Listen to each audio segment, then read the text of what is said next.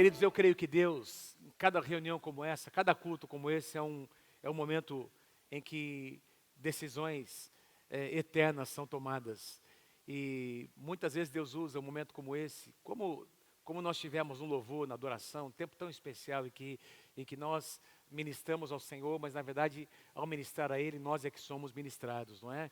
E quando nós nos reunimos e ouvimos a palavra do Senhor, eu creio que tem muita coisa que acontece aqui dentro da nossa alma, no nosso coração. A palavra do Senhor diz, no livro de Romanos, capítulo 10, que a fé vem por ouvir a palavra de Deus. E eu tenho certeza que nesta noite, Deus quer aumentar a sua fé enquanto você ouve a palavra. Eu vou conversar com vocês, compartilhar sobre um tema. Por favor, põe para mim o tema da série. Nós vamos iniciar a partir desse domingo. Durante 4 domingos, vamos ministrar sobre o tema Uma Vida Abençoada. Uma vida abençoada. Quem aqui gostaria de ter uma vida muito abençoada? Levanta a sua mão. Eu também. Então é sobre isso que nós vamos conversar nesses domingos, a partir de hoje, pelo menos 4 domingos, porque eu tenho, e esse tema tem a ver com a área financeira. A gente, na verdade, é muito importante que de tempos em tempos a gente possa voltar a falar sobre assuntos que muitas vezes parecem tão básicos, mas são assuntos fundamentais para que nós possamos experimentar uma vida cheia do Espírito Santo e para que nós possamos nos tornar homens e mulheres bem-sucedidos. Então eu vou compartilhar com vocês alguns princípios sobre o tema Uma Vida Abençoada, e essa série está baseada nesse livro do pastor Robert Morris, né? É um pastor de uma igreja muito bem-sucedida nos Estados Unidos, que nós tivemos o privilégio de conhecer pessoalmente. Ele ministrou na nossa conferência do MFI, lá em Portland, Conferência Internacional do MFI. A MFI é a comunhão da qual nós fazemos parte, não é? Comunhão Internacional de Ministros. É uma comunhão que se estende em vários países, na América Latina, aqui na África, na Europa, nos Estados Unidos. E nós temos uma reunião anual. E, se não me engano, há 2 ou 3 anos atrás, acho que foi 2 anos atrás, o pastor Robert Morris estava lá, levou o seu livro, e esse livro foi traduzido, é um best-seller, foi traduzido em português. E o que tem acontecido é que diversas igrejas, assim como nós, diversas igrejas têm iniciado uma série sobre o tema. Então, o livro todo, não sei se nós temos aqui na nossa livraria, eu estou lendo esse livro, não é? É um livro que você começa a ler e não quer parar mais. Quero te animar, se você quer ser abençoado, quer aprender sobre princípios na área financeira, inclusive que muitos deles nós vamos repartir aqui. Compre esse livro e leia, e você vai ser tremendamente abençoado. Queridos, é papel do pastor, não é? Eu estou aqui representando a nossa equipe pastoral, e eu entendo que é meu papel como pastor, e é o papel de um pastor de uma igreja, compartilhar ensinamentos, há palavras que cabe ao pastor ministrar da igreja, não é? E essa é uma delas. Eu quero então compartilhar com você, pelo menos uma boa parte do que a gente vai falar aqui, eu vou estar compartilhando como representando aqui a nossa equipe pastoral, e eu quero compartilhar com vocês sobre esse tema que é de fundamental importância para que você se torne um homem bem-sucedido, uma mulher bem-sucedida. Eu creio que as pessoas de fora, as pessoas do mundo, as pessoas que não conhecem a Deus, precisam olhar para cada um de nós e enxergar em nós pessoas bem-sucedidas. Enxergar em nós pessoas que têm a sua casa, o seu casamento ajustado, as suas finanças ajustadas. Nós precisamos ser um modelo, precisamos ser uma referência para as pessoas lá de fora da sociedade. E eu creio que os princípios para que isso aconteça, nós encontramos aqui na Palavra de Deus. Amém, queridos? E é sobre isso que eu quero falar. Então nós vamos ler aqui muitas passagens bíblicas, não é? Nós vamos aprender aqui, extrair algumas verdades, vamos estabelecer hoje um fundamento que será para nós, não é, uma base para tudo aquilo que a gente vai ministrar nas próximas reuniões, e eu creio que você vai ser muito abençoado se você se agarrar nesses princípios que a palavra de Deus nos ensina. Queridos, nós vivemos um tempo de muita turbulência financeira, não é? O nosso país está passando por um momento muito difícil, um momento de transição. Nós temos aí um novo governo que herdou uma série de problemas. Eles estão tentando propor uma série de reformas. reforma da Previdência, reforma tributária, e eu e você sabemos como tem um jogo de interesse por trás desses temas, mas o fato é que se algumas coisas não acontecerem, o nosso país, que já está em crise, muitas pessoas desempregadas, a coisa pode ficar pior do que está. E essa situação econômica em que nós nos encontramos se reflete no nosso dia a dia. Com certeza nós temos aqui alguns irmãos, aqui na nossa igreja, não é? Empresários, empregados, pessoas que dependem de um salário, e você tem sido afetado por essa situação. Tem alguns irmãos entre nós que estão enfrentando situações de dívidas, e você está passando por isso não porque você gostaria de estar nessa situação, mas quem sabe houve até uma situação que envolveu o próprio governo, não é? Tempestades que vieram, situações de mudança que aconteceram, e você foi pego de surpresa. Você acreditou, você investiu, e de repente você vive hoje uma situação difícil na sua vida financeira por conta de toda essa situação que nós temos aí externa, que também nos afeta. Ou quem sabe você quebrou alguns princípios, quem sabe você se omitiu de algumas responsabilidades, e mesmo sendo um homem de Deus, uma mulher de Deus, você deseja consertar, deseja alinhar a tua vida aos princípios da palavra. Eu estou aqui para dizer a você que vale a pena a gente alinhar, vale a pena a gente pagar o preço, vale a pena nós tomarmos decisões de trazer de novo a nossa casa para esse trilho da palavra de Deus. Se nós fizermos os nossos caminhos, os caminhos do Senhor, então nós seremos bem-sucedidos. Quem pode dizer amém? Então a bênção de Deus irá retornar para a nossa casa. Quero começar lendo com você uma passagem que você conhece, Oséias capítulo 4, versículo 6, o profeta diz, inspirado por Deus: o meu povo está sendo destruído, não é? Está se enfraquecendo, porque lhe falta o conhecimento.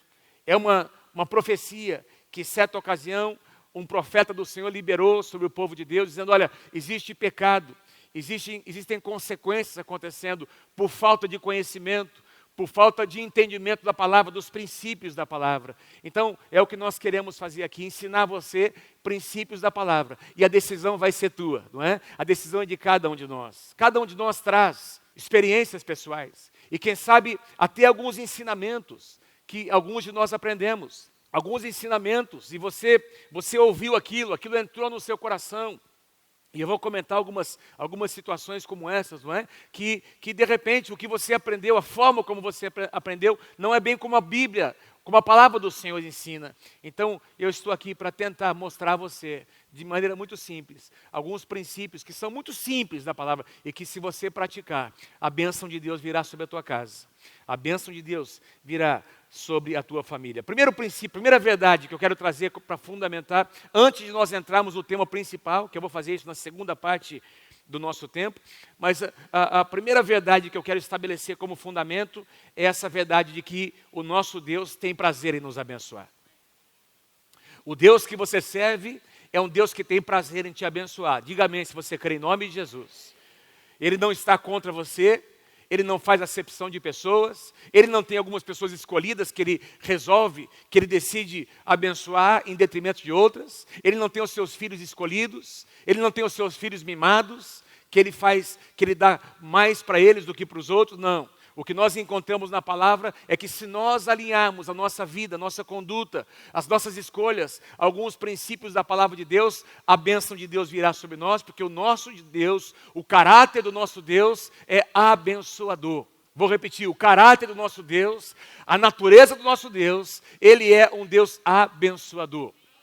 Você encontra isso desde o começo, desde o início, não é? Quando Deus cria o homem, quando Deus ali com as suas mãos, Ele cria o homem e a mulher. A palavra do Senhor diz, queridos, não foi a primeira declaração de Deus para o homem, poderia ter sido: ah, como eu te amo.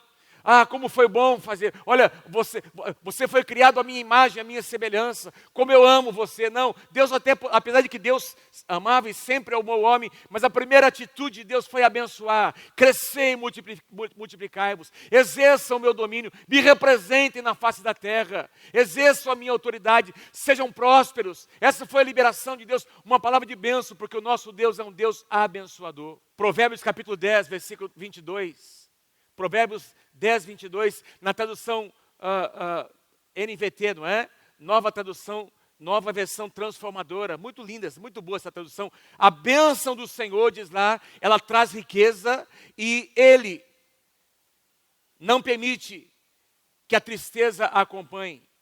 Olha que lindo, a bênção do Senhor traz riqueza. Tem uma tradução que diz, traz prosperidade. E Ele, o Senhor, o Deus que libera a bênção, não permite que a bênção traga tristeza, seja acompanhado de tristeza.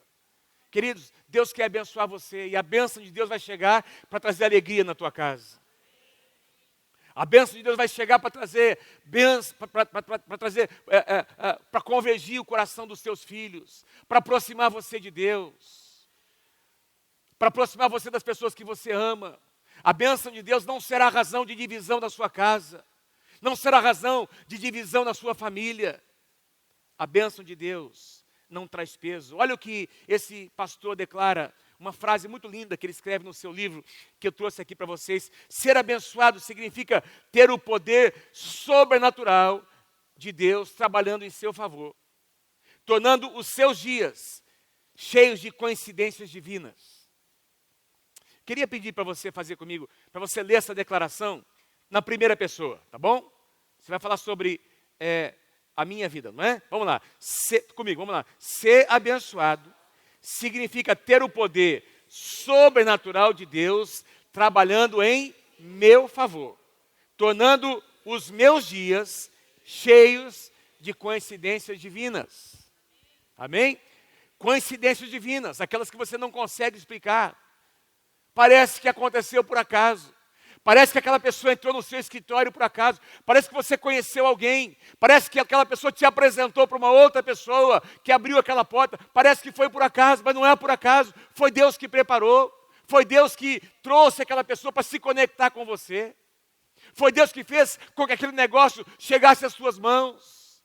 Foi Deus que preparou. Então, são coincidências divinas quando Deus está no negócio, meu irmão. Quando a bênção de Deus está presente. Coincidências divinas, sobrenaturais, acontecem em nosso favor. Diga amém se você crê em nome de Jesus.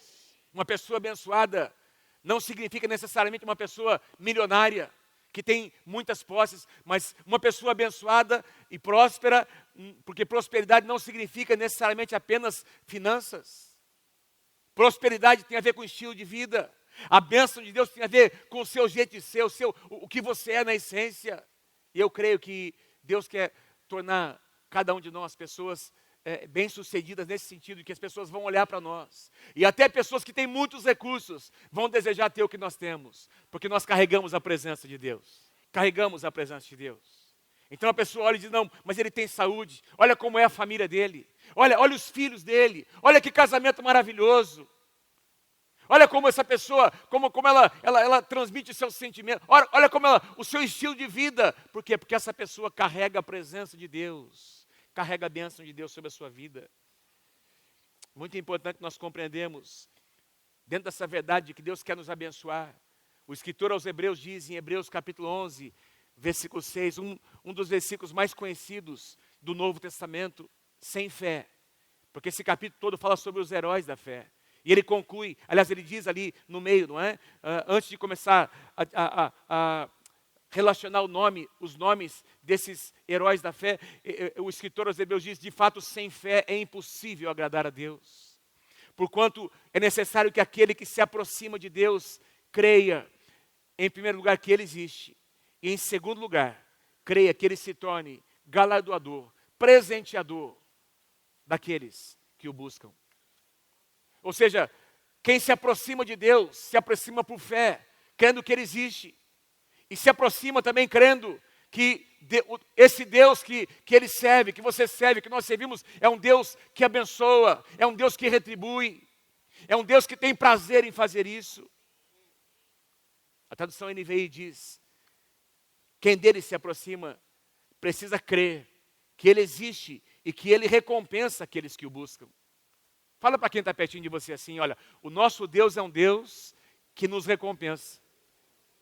O nosso Deus é um Deus de recompensas. O nosso Deus é um Deus que espera algumas atitudes para nos recompensar. Olha, que pai não gosta de fazer isso? Que pai que não tem prazer, queridos, em abençoar os seus filhos? quando existe uma atitude correta, quando existe uma atitude de honra. É ou não é verdade? Que pai que não tem prazer em elogiar, em derramar elogios para o seu filho, e abençoar o seu filho, a sua filha, quando existe uma correspondência? É assim que Deus age. E tem aqui uma questão teológica importante, porque muitas pessoas, e até tem um ensinamento aí no Brasil correndo, não é? Sobre a graça, e nós cremos na graça. Nós cremos que nós estamos aqui pela graça de Deus. Nós acreditamos que nós somos salvos pela graça de Deus. Que aquilo que Jesus conquistou na cruz do Calvário, pela graça de Deus, nos pertence como herança. Amém? Quando Jesus morreu na cruz do Calvário, antes de morrer, aliás, pouco antes de morrer, ele disse, olha, é o fim, tudo está consumado. Ou seja, a obra de Jesus foi feita, foi completa na cruz do Calvário. Não tem nada que eu e você possamos fazer a mais ou a menos que vai mudar esse fato. Jesus fez e o que ele fez está feito. Amém, queridos? Isso é graça. Agora, o que Jesus fez, ele fez, mas tem a nossa parte. Muitas das situações que nós enfrentamos, as dificuldades financeiras que nós passamos muitas vezes, não é porque foi uma obra fraca de Jesus na cruz do Calvário. O que ele fez está feito, mas muitas vezes nós estamos sofrendo por escolhas nossas, porque tem as nossas obras. Amém, queridos? Tem o que nós decidimos, tem as nossas escolhas. Então é muito importante, quando nós lemos aqui em Hebreus que existe um galardão para determinadas obras. Obras determinam o galardão. É um conceito teológico importante. Não é que existe uma importância aqui, não é que a gente está desfazendo o poder da graça, mas existe uma recompensa nessa vida e também no porvir. A gente vai ler sobre isso. Se não fosse assim, nós não teríamos algumas passagens tão explícitas na palavra. Por exemplo, Mateus capítulo 5, quando Jesus começa a ensinar as bem-aventuranças, e ele fala sobre a lâmpada. Ele diz, olha, vocês são a luz do mundo, não coloquem essa luz num lugar escondido, debaixo da cama, deixa a luz brilhar. Olha, que os homens vejam vocês, que eles vejam essa luz brilhar e reconheçam as vossas boas obras. E ao verem as vossas boas obras, que eles glorifiquem o vosso Pai que está nos céus. Ou seja, o que nós fazemos deve honrar o nome do Senhor, deve glorificar o nome do Pai. Que as pessoas possam dizer de nós, esse cara tem um casamento abençoado, ele é um cara diferenciado, porque ele é um homem de Deus, ela é uma mulher de Deus, tem Deus na casa deles. Que os homens vejam e glorifiquem o seu Pai que está nos céus. Tiago, um dos escritores do Novo Testamento, ele chega a fazer uma afirmação que em determinada época da história da igreja, na época de Martinho Lutero, que foi o homem usado por Deus para trazer essa revelação de que a salvação, não é pela fé e não por obras. Quando Martinho Lutero se deparou com a carta que Tiago escreve, dizendo, olha, que a fé sem obras é morta, ele entrou num parafuso e ele chega até a questionar a veracidade do livro de Tiago, mas o livro de Tiago é inspirado por Deus, sim. E Martinho Lutero teve que reconhecer essa verdade. E diz lá em Tiago, olha, nós podemos ter fé, mas se as obras não acompanharem, de que adianta essa fé? Deus tem levantado e chamado você para ser um homem e uma mulher de fé. Mas as obras que você pratica devem validar a fé que você exerce em Deus. A sua conduta, a sua vida, a sua casa, precisa refletir a fé que você crê, que você professa. Quem crê, diga amém em nome de Jesus. Olha o que Jesus diz em Marcos capítulo 10, versículos 29 e 30. Olha o que ele fala aos seus discípulos. Marcos capítulo 10, versículos 29 e 30. Respondeu-lhe Jesus, digo-lhes a verdade, ninguém que tenha deixado casa, olha, ele fala sobre bens materiais. Ninguém que tenha deixado casa, irmãos, irmãs, pai, mãe, filhos, ou campos, propriedades, por causa de mim e por causa do Evangelho, deixará de receber 100 vezes mais. Quantas vezes mais, queridos? 100 vezes mais. Na eternidade. Não, olha o que Jesus disse. 100 vezes mais, já no tempo presente, durante essa vida. E ele chega a dizer casas, irmãos, irmãs, mães e filhos e campos, pessoas, enfim, uma herança abençoada. E com eles também perseguição, porque a perseguição vem. E também, na era futura, ou seja, na vida eterna. Então, Jesus promete, olha, sim, vai haver uma bênção, vai haver um galardão um dia na eternidade, quando nós nos encontrarmos diante do Senhor, as nossas obras serão avaliadas, é o que está na palavra de Deus. Mas Jesus também está dizendo que nós vamos experimentar o fruto, vamos experimentar as bênçãos das escolhas que nós fizemos ainda nessa vida. E é isso que eu creio sobre a tua casa, em nome do Senhor Jesus. Que se você alinhar a tua casa aos princípios da palavra, você vai experimentar a bênção de Deus durante essa vida. Você vai experimentar a bênção na sua casa, no seu trabalho, nas suas finanças, durante essa vida. E você terá condições de deixar uma herança para os seus filhos. Quem crê, diga amém, em nome de Jesus. O nosso Deus é um Deus abençoador. Número 2, o nosso Deus é um Deus que recompensa a boa administração, a boa mordomia. O nosso Deus é um Deus que recompensa a boa mordomia. Mordomia é um princípio, que nós encontramos na palavra de Deus, não é? No Antigo e no Novo Testamento. Por exemplo, José foi mordomo na casa de Potifar. E essa ideia de mordomia é a ideia, o mordomo, ele administra recursos que não são seus. Muito recurso, muita riqueza às vezes passa nas mãos de um mordomo, ele está ali administrando, está cuidando de algo que não lhe pertence, pertence ao seu Senhor, mas por causa da sua fidelidade, por causa do seu caráter, ele ocupa um lugar de confiança. Espiritualmente falando, os bens que nós chamamos de nossos, de fato não são nossos, são do Senhor. Quem pode dizer amém? Começando com a nossa casa, por exemplo, os nossos filhos, a Bíblia diz que os nossos filhos não são nossos, são herança do Senhor. Então quando você gera filhos para o reino de Deus.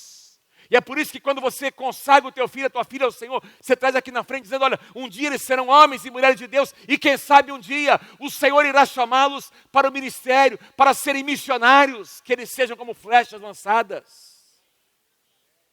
Se você disse que seu filho ou sua filha pertence ao Senhor, então eles são herança do Senhor, e você está administrando eles, enquanto eles estão na sua casa, você é mordomo, você está cuidando dos seus filhos. Assim é com as suas finanças, assim é com as suas posses, aquilo que chegou às suas mãos, chegou porque Deus te abençoou.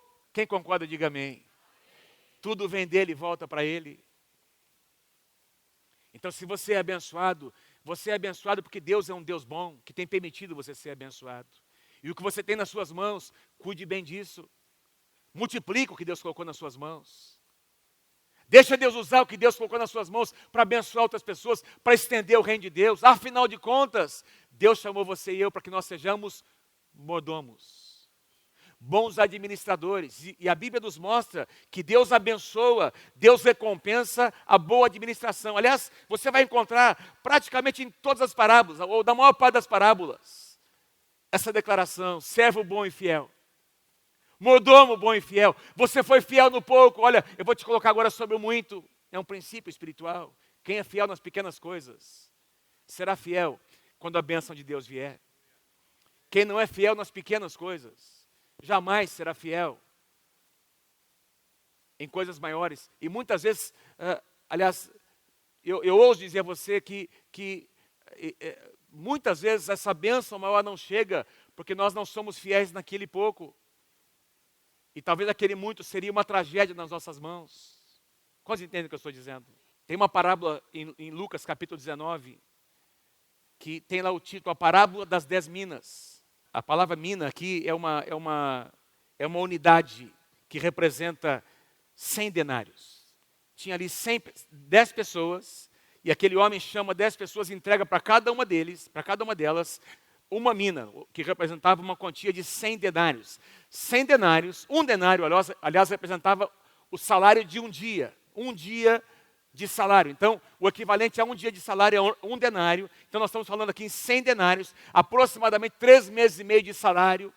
Então, esse senhor, ele coloca nas mãos de cada um destes homens, e ele fica um tempo fora, assim como acontece na parábola dos talentos, em outras. Ele sai e ele retorna para pedir prestação de contas.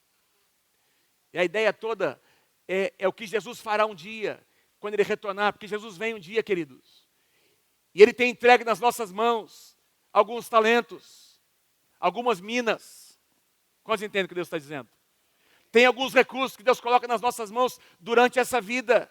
E quando um dia ele retornar, vai haver prestação de contas. É o sentido da parábola. E aqui, o que Jesus ensina aos seus discípulos é que alguns foram fiéis e outros foram muito infiéis.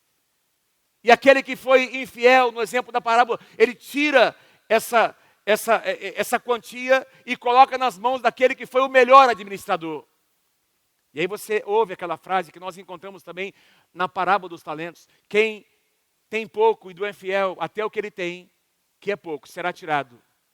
Mas não apenas será tirado, mas será entregue a quem? A quem foi bem sucedido. Então diz lá, quem tem e foi fiel, terá em abundância mais ainda, porque ele administrou bem. Mas quem não tem, quem não trabalhou bem com o pouco que chegou nas suas mãos, quem não administrou bem, quem não foi um bom mordomo, até o pouco que ele tem, vai ser tirado das suas mãos e colocado nas mãos de alguém que sabe administrar. Não é forte isso, queridos? E não é o que nós encontramos no dia a dia? Presta atenção. Eu estou orando aqui para homens e mulheres, que eu creio que Deus quer fazer de cada um de vocês bons administradores, bons mordomos. Porque durante a sua trajetória, recursos chegarão às suas mãos. Nós temos aqui histórias diferentes. Quarta-feira teremos uma reunião com empreendedores e nós teremos aqui alguns irmãos testemunhando de alguns negócios que começaram assim pequenininho. Tem um dos irmãos que vai testemunhar que Deus deu a graça dele criar um aplicativo que está sendo usado no Brasil todo. Deus está abençoando demais esse irmão, o irmão querido dessa casa. Começou assim pequenininho, começou sendo fiel em coisas pequenas e Deus tem projetado, Deus tem dado influência para esse homem de Deus dessa casa. Temos outros testemunhos, porque é sempre assim. E a pergunta que surge numa situação como essa é essa: você é uma pessoa confiável? Deus poderia confiar um pouco mais nas suas mãos? Ele quer confiar, mas Ele confia para bons administradores. Que Deus te levante como um bom administrador. Diga amém se você crê, se você quer receber essa palavra em nome do Senhor Jesus. Vamos avançar para a terceira verdade que eu gostaria que você guardasse. Número 3, Deus usa as finanças para testar o nosso coração. O nosso Deus é um Deus abençoador, número 1. Número 2, Deus recompensa a boa mordomia, ou a boa administração. Número 3, Deus usa as finanças para testar o nosso coração. Deus usa as finanças para testar o nosso coração. Quer nós gostemos ou não, essa é uma verdade bíblica e a gente não ministra muito sobre o tema, conforme eu estou abordando aqui com vocês, não é? A gente ministra sobre muitos temas aqui nas nossas reuniões, mas é assim que funciona. Se você, por exemplo, eu fiz um estudo, aliás, nesse livro ele comenta alguns números interessantes, não é? Na Bíblia, nós encontramos, por exemplo, no ministério de Jesus, não sei se você sabia disso, Jesus ministrou durante 3 anos e meio. 1/3 do que ele ministrou, do que ele ensinou, tem a ver com finanças. Tem a ver com a administração de finanças. Mas quase metade das parábolas, são 38 parábolas, se não me falha a memória, 16 ou 17 das parábolas, ele usa situações envolvendo finanças, recursos, para ensinar princípios. Nós temos na Bíblia aproximadamente 500 versículos que falam sobre oração, outros 500 que falam sobre a salvação, e nós temos aproximadamente 2.000 versículos que falam sobre o assunto de finanças. Então isso significa que o assunto finanças na Bíblia é um assunto importante. Vocês estão comigo, sim ou não? Se a Bíblia enfatiza, é porque é importante, queridos. Importante para Deus que nós aprendamos a administrar aquilo que chega às nossas mãos. Mas a verdade é que nada tem poder de revelar mais o coração de um homem e de uma mulher do que a área financeira. É nas finanças que o nosso coração se revela. Jesus disse em Mateus capítulo 6, versículo 21, pois onde estiver o teu tesouro, aí estará também o teu coração. Onde estiver a tua paixão, onde estiver o teu foco, o teu coração vai estar naquele lugar. É aquilo que vai te atrair. Tem uma passagem que Nós lemos também em 1 Timóteo capítulo 6, versículo 10, onde Paulo escreve para o seu filho Timóteo, que nessa ocasião era pastor de uma igreja, pastor da igreja em Éfeso. E Paulo escreve ao seu filho Timóteo, dizendo, olha, Timóteo, o amor ao dinheiro é a raiz de todos os males. Perceba que Paulo não escreve que o dinheiro é a raiz de todos os males. Paulo não escreve o dinheiro é o problema, o dinheiro é a razão, não. Paulo diz, olha, o apego ao dinheiro, a cobiça, o coração apegado ao dinheiro, isso sim é a razão de todos os males, a raiz de todos os males. E algumas pessoas, por cobiçarem o dinheiro, por se apegarem ao dinheiro, desviaram-se da fé, caíram da fé, queridos. Estavam caminhando com Deus, de repente começaram a ser bem-sucedidos, e subiu a cabeça. E apostataram a fé, e trouxeram tormento e sofrimento para a sua própria vida. Não é isso que Deus planeja para mim e para você. Mas a Bíblia diz, a palavra do Senhor diz, que Ele quer nos abençoar, Ele quer fazer com que recursos cheguem até as nossas mãos, mas nós precisamos ter isso bem resolvido no nosso coração. Olha, eu serei abençoado, mas quando eu for abençoado, essa bênção passará por mim, e essa bênção vai se estender às pessoas. Essa bênção não vai corromper o meu coração. Essa bênção não vai fazer com que eu me apegue à bênção em si, mas eu vou me apegar mais ainda ao Deus, aquele que me favoreceu com a bênção. Porque muitos, quando a bênção de Deus, a bênção que Deus liberou chega, se esquecem de Deus. E começam a viver sua vida em função da própria bênção. E se afastam de Deus. Quando Deus chama Abraão, queridos, interessante, em Gênesis capítulo 12, Deus diz, Abraão, sai da tua terra. Sai da tua parentela. Abraão já era um homem muito próspero. Mas você percebe que a partir de Gênesis capítulo 12, ele vai se tornando cada vez mais próspero. Porque assim é o caminhar de um homem e de uma mulher de Deus. Quando você segue, quando você ouve e quando você corresponde à voz de Deus, a bênção de Deus vai morar na tua casa. Deus vai te abençoar. E Abraão ele continua sendo cada vez mais abençoado. E Deus diz para Abraão, presta atenção, Abraão, eu vou abençoar aqueles que te abençoarem, e aqueles que te resistirem serão resistidos por mim. Abraão, presta atenção, eu vou fazer o teu nome famoso, em ti serão benditas todas as famílias da terra. Sê tu uma bênção, Abraão. Olha, quando a bênção chegar na tua casa, torne-se uma bênção para as pessoas. Seja generoso, compartilha. Que essa bênção não seja um fim em si. Amados, a bênção de Deus não pode ser um fim em si. Ela tem um propósito. Se Deus vai nos abençoar, Ele vai nos abençoar com um propósito. Que outras vidas sejam abençoadas. Que o seu reino seja estendido. Sim, você vai poder desfrutar daquilo que Deus colocar nas suas mãos. Mas não se esqueça, continue sendo um canal da bênção de Deus. E Deus vai continuar te abençoando. Aliás, deixa eu ler o último versículo aqui desse terceiro ponto. 2 Coríntios capítulo 9, versículo 8. Olha o que Paulo escreve aqui. E Deus é poderoso para fazer que lhe seja acrescentada toda a graça, para que em todas as coisas e em todo o tempo, tendo tudo, olha que lindo, amados, em todas as coisas, em todo o tempo, tendo tudo o que é necessário, vocês transbordem em toda boa obra.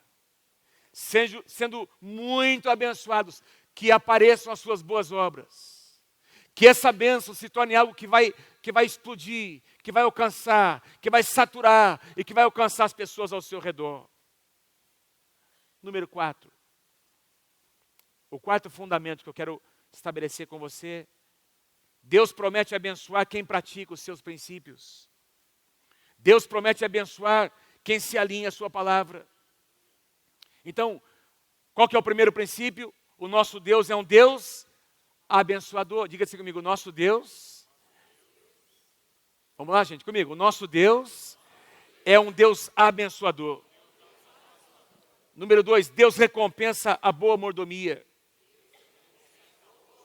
Número 3, Deus usa as finanças para testar o nosso coração.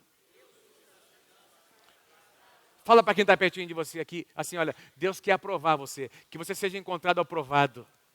Amém? Deus usa as finanças para testar o nosso coração. E número 4, diga assim comigo, número 4, Deus promete abençoar quem pratica os seus princípios. E é sobre isso que nós estamos tratando aqui. O nosso Deus age por princípios, pois tem um compromisso com o que Ele mesmo estabeleceu na sua palavra. O nosso Deus é um Deus que se move por princípios. Não pense que Deus é um ser que, assim, quando a gente chora muito, Ele fica com tanta dor, que aí Ele diz, então eu vou abençoar, estou com muita dor do Jonas, ele está chorando muito hoje. Não é assim que Deus move. Agora, quando Deus vê o Jonas quebrantar o seu coração, porque ele foi lá para a sala de oração, abriu a palavra, e de repente ele percebeu que algumas atitudes dele não estavam alinhadas com a palavra, e agora ele está quebrantando o seu coração, dizendo, Senhor, eu me arrependo, eu quero voltar ao início, eu quero voltar ao meu primeiro amor, eu quero voltar a praticar as primeiras coisas, eu quero voltar a praticar aqueles marcos que eu removi, eu quero voltar a respeitar aqueles limites, Senhor. E aí Deus vê então o coração do Jonas, vê ele se alinhando à palavra, e esse alinhamento do coração do Jonas, a palavra de Deus, move o coração de Deus para abençoar o Jonas. É assim que funciona. É por isso que não existe acepção de pessoas. Quem se alinha aos princípios da palavra, e são muitos, mas são muito simples, a bênção de Deus vem. Olha o que diz em Deuteronômio capítulo 28, versículos 2, e também do versículo 8 até o versículo 12, todas essas bênçãos, Deus disse por meio de Moisés, virão sobre vocês e os acompanharão, se vocês, o quê? Obedecerem. Se vocês se alinharem aos princípios. Se vocês obedecerem ao Senhor e ao seu Deus. Versículo 8, o Senhor enviará bênçãos aos seus celeiros e a tudo que as suas mãos fizerem. O Senhor, o seu Deus, os abençoará na terra que lhe dá. Versículo 9, o Senhor fará de vocês o seu povo santo, conforme prometeu em juramento, se obedecerem os mandamentos do Senhor, o seu Deus, e andarem nos seus caminhos. Então, versículo 10, todos os povos da terra, o mundo verá que vocês pertencem ao Senhor. Terão medo aqui, o medo aqui significa respeito. Eles respeitarão vocês, pelo que vocês são, porque vocês são um povo de Deus. Versículo 11, o Senhor lhes concederá grande prosperidade. Quem pode dizer amém? Quem recebe essa palavra? O Senhor concederá a vocês grande prosperidade no fruto do seu ventre, nas crias dos seus animais. Veja, está falando sobre a economia, como a economia girava naquela época, animais, plantações, criações, olha, no fruto do seu ventre, nas crias dos seus animais, e nas colheitas da sua terra, nessa terra que ele jurou aos seus antepassados que daria a vocês, o Senhor abrirá o céu, o seu bom tesouro, céus abertos sobre nós. O Senhor abrirá o céu, o depósito do seu tesouro, para enviar chuva à sua terra. Por que chuva, amados? Porque o homem poderia rasgar a terra, preparar a terra, plantar a semente, mas a chuva dependia do sobrenatural, da ação sobrenatural de Deus. Então não adiantaria semear a terra, fazer a sua parte, se Deus não agisse. E aqui Deus promete, se vocês agirem em obediência, eu vou fazer com que a chuva caia na sua semente, no seu campo. O Senhor abrirá o céu, o depósito do seu tesouro, para enviar chuva à sua terra no devido tempo e para abençoar todo o trabalho das suas mãos. Não é uma parte deles, é todo o trabalho das suas mãos. Vocês serão tão abençoados que vocês chegarão a emprestar para muitas nações e de nenhum modo tomarão emprestado. Com certeza tem alguns irmãos aqui dentro que você está aqui hoje à noite, você está endividado. Você teve que emprestar dinheiro para saldar uma dívida ou alguma situação. Ou quem sabe você já fez alguns empréstimos para saldar outros compromissos que você tinha anteriormente. E o que Deus promete a você, alinha a tua vida. Alinha a tua vida. Volta a praticar os princípios. E Deus está dizendo, veja, não sou eu que estou dizendo, Deus está dizendo, se houver obediência, Deus está dizendo, eu vou abrir as janelas dos céus. E você será tão abençoado ao ponto de que você terá para emprestar para as pessoas, para abençoar outras pessoas. Gente, eu quero profetizar sobre a tua vida nessa noite, essa palavra em nome do Senhor Jesus. Mas tem uma razão disso. Alinha a tua vida aos princípios. Haja em obediência. Põe para mim os 4 pontos, o próximo slide, só para a gente lembrar. Deus tem prazer em nos abençoar. Deus recompensa a boa mordomia. Ou seja, Deus reconhece quando nós agimos, quando nós fazemos a nossa parte para que Ele possa então abençoar. Deus usa as finanças para testar o nosso coração. E, em quarto lugar, Deus promete abençoar quem pratica os seus princípios. E eu quero avançar agora para o primeiro princípio da série, primeira verdade, primeira palavra não, da série que eu quero trazer a vocês. Deus deve vir em primeiro lugar. Deus precisa ocupar o primeiro lugar na minha vida e na sua vida. Ou seja, você não pode dar ao Senhor as suas sobras. Você não pode dar o bagaço.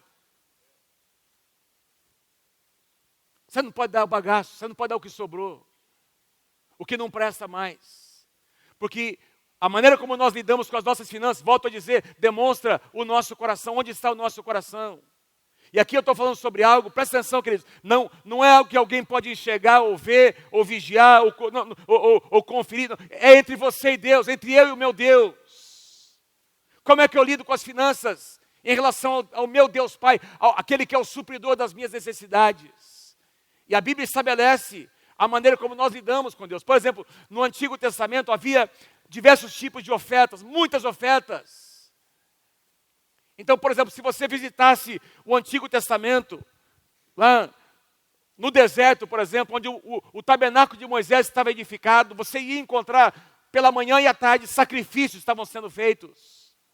Você ia encontrar, por exemplo, durante todos os anos, mesmo depois que eles entraram na Terra Prometida, quando o povo, quando a nação se estabeleceu na terra, anualmente eles celebravam as festas de Israel, 7 festas, durante todas as festas, sendo a festa da Páscoa a principal delas, sempre o povo trazia ofertas para entregar aos pés do Senhor, aos pés dos sacerdotes. E as ofertas eram trazidas assim, cereais, animais, eram os bens que as pessoas possuíam. Além de todas as ofertas, haviam 2 principais, que eu quero comentar sobre isso com vocês nessa noite. Diga assim comigo, primícias e o dízimo. Então, a oferta de primícias era uma das ofertas principais que os israelitas traziam ao Senhor. E tem toda uma aplicação agora no Novo Testamento que eu vou comentar com vocês. E também o dízimo, que representava a 10ª parte de toda a renda que as pessoas obtinham durante o ano. Então, anualmente, a 10ª parte de toda a renda que os israelitas obtinham era trazido então até a casa do Senhor, entregue ali aos sacerdotes. Deixa eu falar com vocês primeiro sobre a oferta de primícias. Eu quero ler com você Êxodo capítulo 13. Êxodo capítulo 13, versículos 1 e 2. Disse o Senhor a Moisés.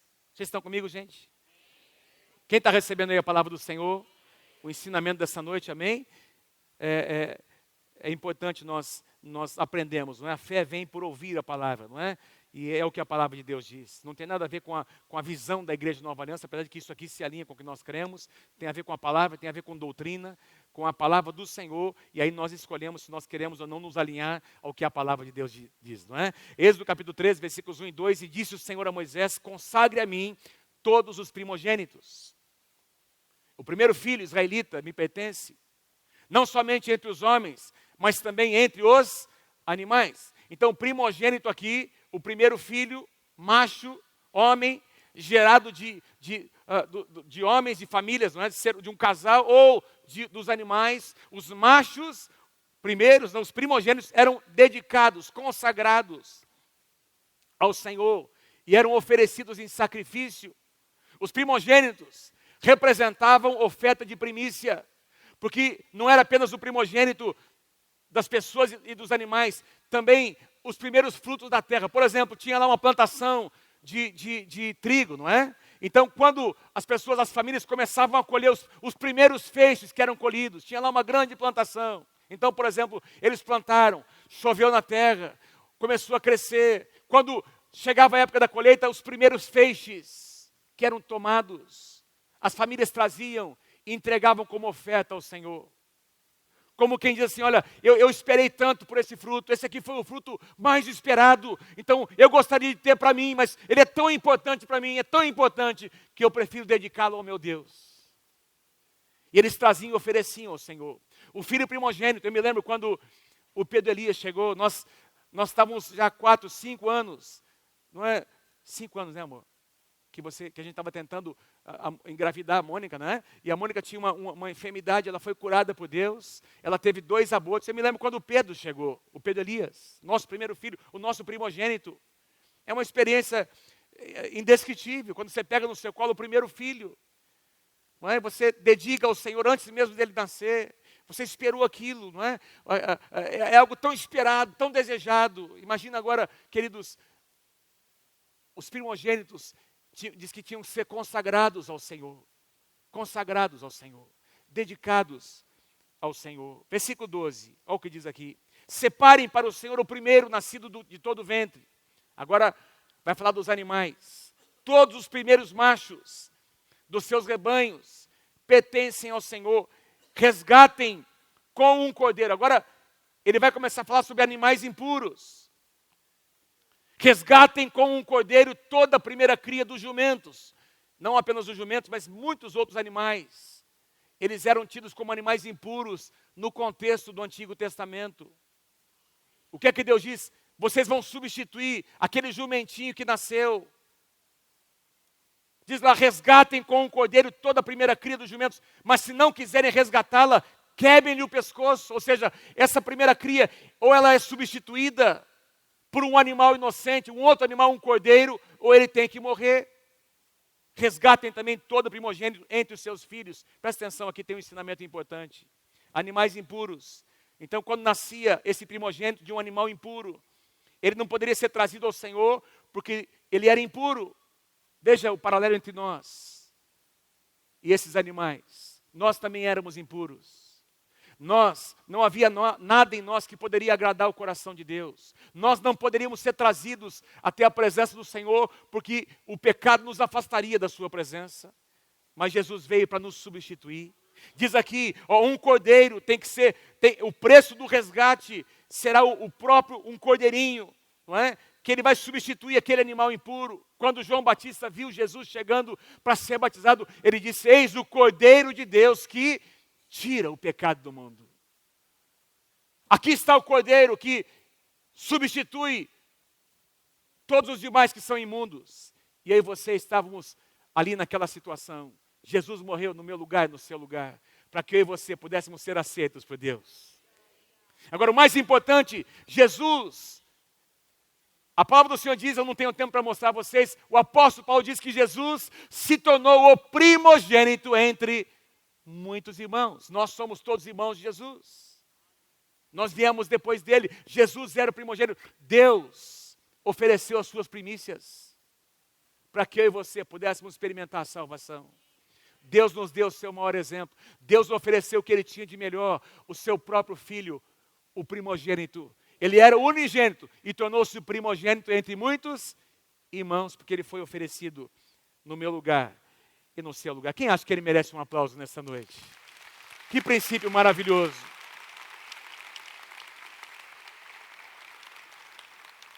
E é por isso que em Romanos capítulo 5, versículo 8, Paulo diz: mas Deus demonstra o seu amor por nós, por cada um de nós. Dessa maneira, Cristo morreu em nosso favor, quando nós éramos ainda pecadores. Pecadores. Então, nós estamos falando sobre oferta de primícias. Aquilo que é o mais desejado. Deus deu o exemplo. Nós precisamos devolver a Ele. Não é? Houve durante alguns anos aí, não é? E até hoje tem alguns grupos que ensinam dessa maneira, que nós não acreditamos dessa forma. Eles ensinam que a oferta de primícias, sendo trazida para a nossa realidade, representaria, na suposição deles, o primeiro dia de trabalho de uma pessoa. Então, por exemplo, deixa eu usar o exemplo aqui do Jonas, que eu acabei de citar. O Jonas tem o salário dele. Se pegar o salário dele, dividir por 30, seria o salário de um dia. Então, na proposta dessa teologia, não é? dessa ênfase que alguns irmãos trazem, então o Jonas deveria oferecer esse primeiro dia de trabalho a sua cobertura espiritual, o pastor que cobre a sua vida, ou alguém que representa a autoridade espiritual da sua vida. Não é assim que nós entendemos. Nós entendemos que primícias aqui tem um sentido de primeiros frutos, de primazia, de que Deus precisa ter o primeiro lugar no nosso coração. Não é para ser dado para alguém, é uma atitude de coração para com o próprio Deus. Ou Deus ocupa o primeiro lugar, ou não existe um segundo lugar. Não existe a possibilidade de nós termos alguém no lugar de Deus, porque ou é Deus ou é nada, não tem como a gente negociar. Deus quer ser o primeiro, Deus quer ser o único, e Deus quer ocupar todo o nosso coração. Então primícias tem a ver com essa atitude que diz: Senhor, eu não vou te dar a sobra, eu vou te dar o meu melhor, porque o que eu faço também é um ato de adoração. Olha o que diz aqui em Provérbios capítulo 3, versículos 9 e 10. Honra o Senhor com os teus bens e com as primícias de toda a tua renda. Ou seja, quando você recebe qualquer coisa que chega nas suas mãos, que Deus permitir chegar, tem alguma coisa que precisa voltar para Deus. Não no final do mês. Não quando você, digamos, se sobrar. Eu vou aqui pagar, vou fazer, se sobrar alguma coisa, então eu vou entregar. Não, pera um pouquinho. Primícias representam, chegou nas suas mãos, Deus tem a primazia, Deus tem o primeiro lugar. Qual que é a parte de Deus? O que é que eu vou entregar? O que é que eu vou devolver para Ele? Eu vou fazer isso antes de mais nada, porque quando eu faço isso, todo o restante é resgatado. Todo o restante é redimido. Quantos entendem? O primogênito era oferecido para que todos os demais filhos e frutos que viessem pudessem ser resgatados. Então, primícias representam a primazia. A gente consegue ver esse princípio em tantos lugares na Bíblia. Por exemplo, quando o povo entra na terra de Canaã, qual que foi a primeira cidade onde eles entraram? A primeira cidade a ser vencida pelos israelitas, logo depois que eles cruzaram o Jordão, qual era o nome da cidade? Jericó. O que é que Deus disse sobre Jericó? Olha, vocês vão entrar nessa cidade, mas tudo que vocês conquistarem, porque naquela época os despojos de guerra, é natural que o exército, que vencesse, tomasse aqueles despojos, aquelas riquezas, como parte do seu prêmio. E eles fizeram isso em todas as demais cidades que foram conquistadas na terra prometida. Mas sobre Jericó, que foi a primeira cidade, primícias, Deus disse: essa cidade me pertence. Tudo que vocês conquistarem, traguem para o tesouro da casa do Senhor. Primícias. Amém? Deus disse para Abraão assim: Abraão, pega o teu filho, o teu único filho, aquele que você ama, Isaac, o filho da promessa, vai naquele monte ali e devolve ele para mim. Queridos, eu e você sabemos, está na palavra de Deus. Deus não aceita sacrifícios humanos de pessoas. É claro que Deus não iria permitir que Abraão sacrificasse seu filho. Deus estava testando o coração de Abraão. Oferta de primícias. Porque Deus disse para Abraão: olha, em ti serão benditas todas as famílias da terra. Mas pega o que é mais importante para você e me entrega. Quem está comigo aí, diga amém. Diz que Abraão levantou no dia seguinte de madrugada, porque Deus era importante para ele. Deus era importante para ele. Ele estava a ponto de sacrificar o seu filho, quando Deus proveu, um animalzinho, dizendo, o anjo do Senhor apareceu, não permitiu que Abraão desse cabo daquele sacrifício, e a provisão de Deus estava ali. Mas o coração de Abraão foi provado. E amado, deixa eu dizer para você uma coisa, o nosso coração, ele também é provado. Ele é diariamente provado. Diariamente nós provamos que lugar Deus tem no nosso coração. E essa palavra não é para trazer peso ao seu coração, mas é para trazer a você um desejo de resolver isso. Dizer: Senhor, a partir de hoje, eu vou resolver a minha vida. Eu vou voltar ao primeiro amor. Tem um segundo princípio, que é o princípio do dízimo. A 10ª parte da nossa renda. Porque no Antigo Testamento, de tudo aquilo que eles recebiam, que chegava como renda nas suas mãos, aquilo que era multiplicado, enfim, era trazido uma 10ª parte e colocado aos pés dos sacerdotes. E veja o que Deus diz em Malaquias. Você conhece essa passagem? Pastor, você vai pregar sobre o dízimo? Não. Eu quero compartilhar com vocês sobre um princípio que está na palavra de Deus, que eu creio que hoje alguns aqui vão sair daqui dessa noite resolvendo no seu coração realinhar a sua vida a esse princípio da palavra. Olha o que diz em Malaquias, capítulo 3, versículo 6. De fato, eu, o Senhor, não mudo. Versículo 8. Pode um homem roubar a Deus? Contudo, vocês estão me roubando e ainda perguntam, como é que te roubamos? E aí Deus responde nos dízimos e nas ofertas. Vocês estão debaixo de grande maldição, porque estão me roubando, diz o Senhor, a nação toda está me roubando. Tragam o dízimo todo ao depósito do templo, para que haja alimento em minha casa. E ponham-me à prova, diz o Senhor dos Exércitos, e vejam se eu não vou abrir as comportas dos céus. Veja o que diz aqui. Vejam se eu não vou abrir as comportas dos céus e derramar sobre vocês tantas bênçãos, que vocês nem terão onde guardá-las. É a palavra de Deus que diz isso. Deus diz, me provem. Me provem. Hoje de manhã nós tivemos um culto maravilhoso aqui, onde muitas pessoas vieram aqui à frente do altar. Hoje à tarde recebi uma mensagem de um irmão. Nós temos acompanhado esse irmão nos últimos 4 ou 5 anos. Eles vieram de uma outra cidade. Vieram para uma situação muito difícil. E quando chegaram em Londrina, nessa outra cidade, havia dívidas, havia uma situação muito difícil para eles administrarem. E eles estavam tentando vender um apartamento, um imóvel, que eles herdaram da família. Gente, faz 5 anos que eles estavam tentando vender esse apartamento e passando dificuldades, e vieram aqui hoje de manhã, vieram aqui no altar. E ele mandou essa gravação agora à tarde para mim. E eu queria compartilhar com vocês. Ele disse, pastor, estava vendendo, você conhece o nosso caso, esse imóvel está sendo vendido, nós estamos tentando vender há anos. E essa semana uma pessoa foi lá ver, pastor. Foi ver o apartamento, gostou do apartamento, nós ficamos empolgados, a gente achou que ia vender, e ontem nós recebemos do corretor uma mensagem, ontem à tarde, o corretor disse, olha, essa pessoa disse que não quer ficar com o apartamento. Pastor, foi um balde de água fria, nós ficamos muito chateados.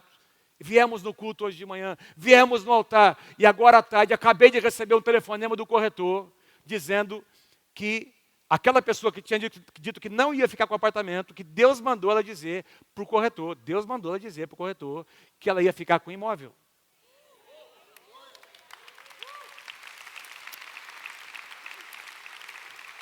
Eu falei para a Mônica, deve ser uma pessoa convertida, foi ver o apartamento, disse que não ia comprar o apartamento, foi para casa e enquanto esse irmão veio aqui, recebeu a palavra e veio no altar dizendo ao pastor, nós decidimos alinhar nossa vida. Nós ouvimos a palavra e decidimos corrigir algumas coisas que estavam distorcidas do nosso caminho, para que a bênção de Deus voltasse. E agora à tarde, a pessoa que disse que não queria, disse que foi orar e Deus falou para ela comprar a casa. Nosso Deus não tem filhos preferidos. O nosso Deus tem filhos, é pai de filhos, que quando se decidem a se tornar fiéis e alinhar a sua conduta aos princípios da palavra, esse pai tem prazer em abençoar. Então eu estou aqui para dizer a você nessa noite, em nome de Jesus, avalie a tua vida, avalie o teu coração. Nós não temos aqui na Igreja Nova Aliança um lugar onde você vai ser checado. Não é? Quem deu, quem não deu, esse aqui dizimou, dizimista, não dizimista. Não, nós não temos isso aqui na Igreja Nova Aliança. Não fazemos isso, porque nós entendemos que é entre você e o Deus que você serve. É entre nós e o nosso Deus. Mas nós estamos aqui, é nossa função, nosso papel é ensinar você os caminhos do Senhor, para que você faça as suas escolhas. Se você escolher bem, se você agir em obediência, como diz em Deuteronômio capítulo 28, a bênção de Deus virá sobre a tua casa. As janelas dos céus vão se abrir. E você vai experimentar provisão sobre a tua casa. Esses dias estava lendo uma reportagem sobre uma companhia americana, muito bem sucedida por sinal, Chicken Filé. É uma empresa de sanduíche, muito gostoso por sinal, lá dos Estados Unidos, né, que já está no Brasil em algumas cidades. E o proprietário dessa empresa, não tem no Brasil ainda? Deveria ter, né? É muito gostoso. É um fast food, né, de frango. Muito gostoso, não é? E o dono dessa empresa, quando fundou a empresa, ele é um cara cristão, um cara crente. E ao contrário daquilo que acontece nos Estados Unidos com a maioria das empresas que trabalham de segunda a segunda, não é? E sem parar, esse proprietário disse assim: nós vamos começar a nossa empresa, mas no domingo ninguém trabalha. Nossa empresa vai fechar nos domingos para que os nossos funcionários possam ir na igreja no domingo, no primeiro dia da semana, primícias. E ele colocou isso como um padrão, estabeleceu isso. Não sei quanto tempo faz que essa empresa foi estabelecida, mas se você for procurar algumas outras, você vai encontrar no domingo, sábado, domingo, todas elas estão abertas. Essa empresa, ela fecha no domingo, até hoje, como um princípio de vida. E, gente, é uma empresa que não para de prosperar. Porque esse homem disse, o primeiro dia da semana, segunda-feira, aliás, domingo, pertence ao Senhor. Eu quero que os meus funcionários, eu quero que eles vão para a igreja, eu quero que eles dediquem esse dia ao Senhor. E ele colocou isso como um princípio. E Deus começou a abençoar. Deus começou a abençoar. Primícias. Quanto dinheiro ele poderia estar ganhando trabalhando um dia a mais? Eu ouso dizer a você que ele está ganhando muito mais hoje do que ele ganharia se estivesse trabalhando 7 dias por semana, porque ele decidiu honrar o Senhor com a sua empresa. São decisões que cada um de nós fazemos. Cada um de nós temos a maneira de demonstrar que Deus ocupa o primeiro lugar no nosso coração. Se você nessa noite, aliás, fique em pé comigo, fique em pé, por favor. Eu quero orar com você. Se Deus tocou o seu coração, e se em algum momento você teve a convicção no teu coração de que você precisa alinhar alguma conduta, algum procedimento, alguma atitude aos princípios da palavra, eu quero te fazer um convite para que você venha aqui na frente. Nós queremos orar por você. Quero pedir perdão aqui aos nossos visitantes. Nós não costumamos, não é uma prática nossa, falar sobre esse tema. Os membros dessa casa sabem disso, mas de vez em quando nós precisamos voltar a falar sobre princípios tão básicos, tão essenciais da palavra de Deus. O nosso desejo como pastores dessa casa é que a bênção de Deus venha sobre a tua casa. É que a bênção de Deus venha sobre os seus negócios. A bênção de Deus venha sobre os seus filhos, sobre o teu casamento. Mas quem sabe Deus te trouxe aqui nessa noite para você realinhar algumas condutas, para você voltar a praticar algumas coisas que você praticava antes, mas que no meio do caminho você esqueceu, você deixou de priorizar, você deixou de fazer Deus, de colocar Deus como as suas primícias. E Deus está te convocando nessa noite, te dando a oportunidade de você voltar a fazer ou refazer a tua aliança com Ele. Enquanto nós cantamos essa canção, por favor, vem aqui à frente.